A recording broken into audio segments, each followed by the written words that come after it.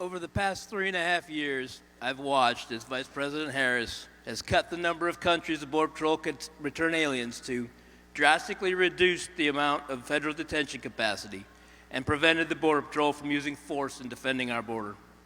These actions encourage millions of people to come and enter our country illegally. This unprecedented wave of people overwhelmed the Border Patrol and our nation's security. Even when the Border Patrol was able to work on the border and arrest criminals, they were often released into the public because there was no available jail space.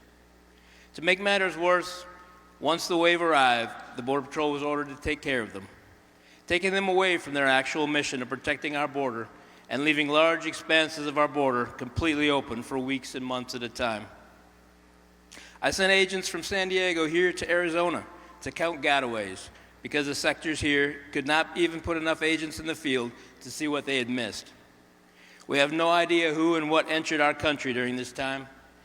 Chances are extremely high that in the years to come, we will feel the violent outcome of this failure.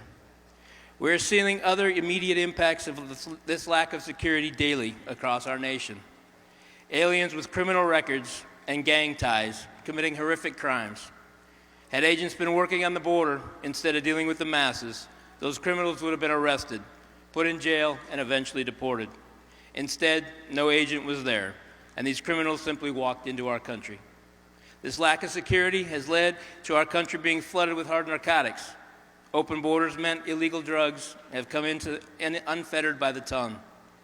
To add insult to injury, the Border Patrol's budget has been used to pay for the care and feeding of these people. Necessary equipment used to secure our border has been left broken. New equipment orders canceled, all to pay for the influx this administration started. All with your tax dollars and all at the expense of our nation.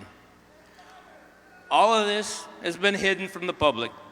Vice President Harris continues to say there isn't a threat at the border. The threat is real, and it is here, and it can't be covered up any longer.